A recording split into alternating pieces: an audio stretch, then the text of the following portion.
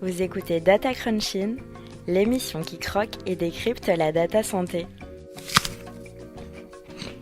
Ce podcast est produit par MedCheck Studio en partenariat avec Capcode, le spécialiste de la donnée santé. Et ce premier épisode est dédié aux fake news. Nous ne luttons pas seulement contre une épidémie, nous luttons contre une infodémie.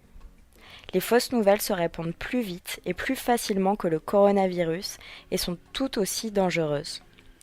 Cette déclaration d'Adhanom Ghebreyesus, directeur général de l'Organisation mondiale de la santé, montre l'importance d'étudier la circulation de fausses informations, aussi appelées fake news, au sein de la crise du Covid-19.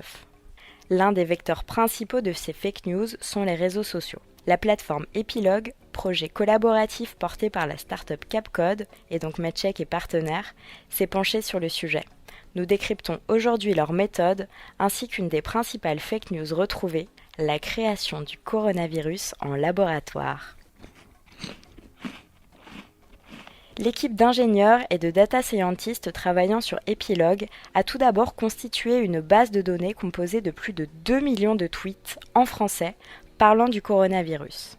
Cette base a servi à différentes analyses, notamment la caractérisation de l'information relayée, dont les fake news. Pour cela, l'équipe a utilisé une technique appelée la reconnaissance d'entités nommées, aussi connue sous le nom de NER.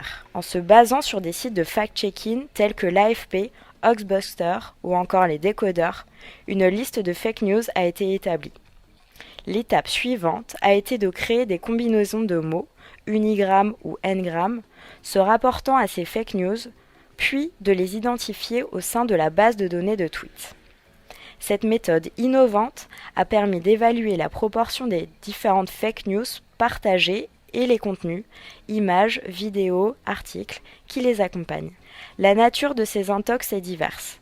Elle peut passer par un montage photo ou vidéo ou encore une information détournée ou imprécise. L'équipe d'Epilogue a également pu identifier le langage, les médias et les typologies de personnes relayant ces informations.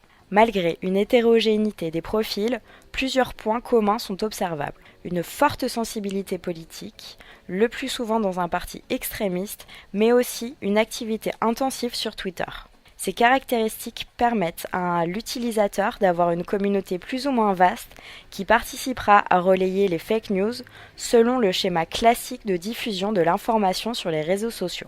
Parallèlement aux utilisateurs partageant les fake news, on retrouve également des entités qui s'attachent à les démentir et à les contrôler. En juxtaposant une modélisation de la propagation et de la nature de ces fake news, ainsi qu'une analyse des comptes qui les diffusent, il est possible de mesurer la présence de ces fausses informations sur un réseau social. Au sein du corpus de tweets étudiés traitant de fake news, 21% parlaient de la création du virus en laboratoire. Au sein même de ces fake news, plusieurs sous-intox apparaissent. La rumeur la plus répandue est celle de la création du virus au sein du laboratoire de recherche épidémiologique P4 à Wuhan. Ce virus aurait été vendu par la France à la Chine avec l'implication d'Yves Lévy, le mari d'Agnès Buzyn. Vient ensuite la rumeur selon laquelle l'Institut Pasteur aurait lancé le virus et détient un brevet. Et enfin, celle d'un chercheur à Harvard, Charles Lieber, qui aurait vendu le virus à la Chine. Parallèlement à l'analyse des fake news de la plateforme Epilogue, l'étude Confin, dont nous reparlons prochainement dans Data Crunching, s'est penchée sur le bien-être, la santé et les opinions des Français pendant la pandémie.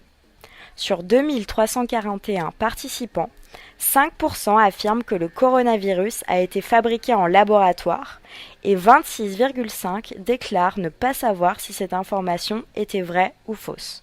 Ainsi, même si la population croyant réellement aux intox est minoritaire, le relais de fausses informations sème le doute et participe à un climat d'incertitude et d'angoisse. Les fake news représentent en effet un danger pour la population. Étudier leur création, leur propagation, ainsi que leur impact est un premier pas pour lutter contre elles.